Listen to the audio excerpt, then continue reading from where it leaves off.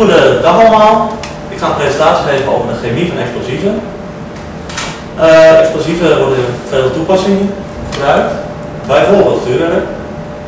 Eeuwenoude toepassing, uitgevonden door de Chinezen. De Chinezen hebben buskruid gebruikt als sier bij begrafenissen. Onder toevoeging van enkele metalen die voor gekleurd worden. Ook zijn de Chinezen gebruik gemaakt van vuurwerk voor de verdediging van hun gebied als afschrikmiddel. In het jaar 1280 vond buskruid zijn weg naar Europa, waarna het toepassing in de wapenindustrie vond.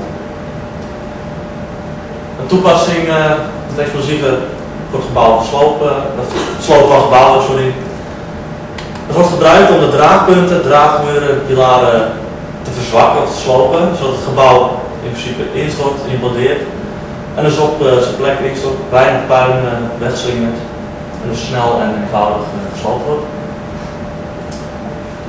De wapenindustrie. De wapenindustrie maakt dus ook gebruik van de explosieve kracht. Dit wordt gedaan in bijvoorbeeld bommen, waarmee een drukgolf gecreëerd wordt om doel uit te schakelen. Mijnen, als iemand op een mijn gaat staan, dan wordt ook een explosief ontstoken. Het is een kleiner explosief, doelgericht. De energie wordt omhoog gericht om een doel uit te schakelen. Munitie, onder druk van buskruid, dus tot ontbranding komt, wordt een projectiel, kogel, weggeduwd uit de loop. Volgende toepassing van explosieven is de mijnbouw. Ja, de mijnbouw wordt explosief gebruikt wanneer het gesteente te hard is om door te boren of te graven. Door behulp van explosieven wordt het gesteente opgeblazen om verder te kunnen boren. Als volgt ga ik de reacties behandelen.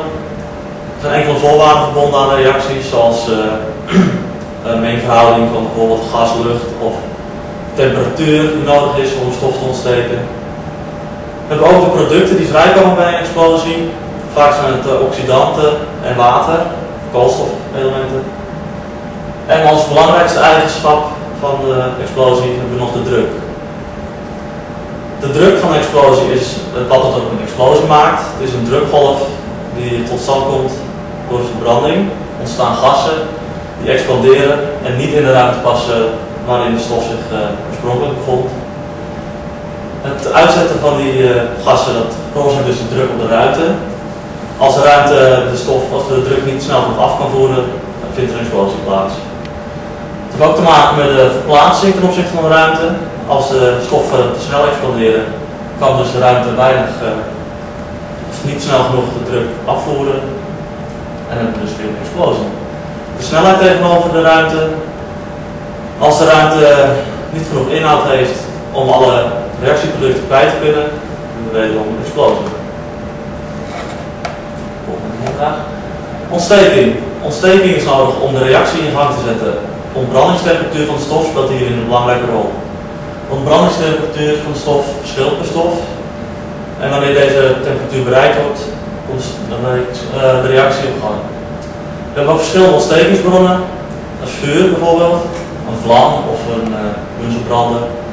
Een elektrische vonk, die kan vrijkomen uit bijvoorbeeld een kortsluiting in een elektrische circuit of een statische ontlading.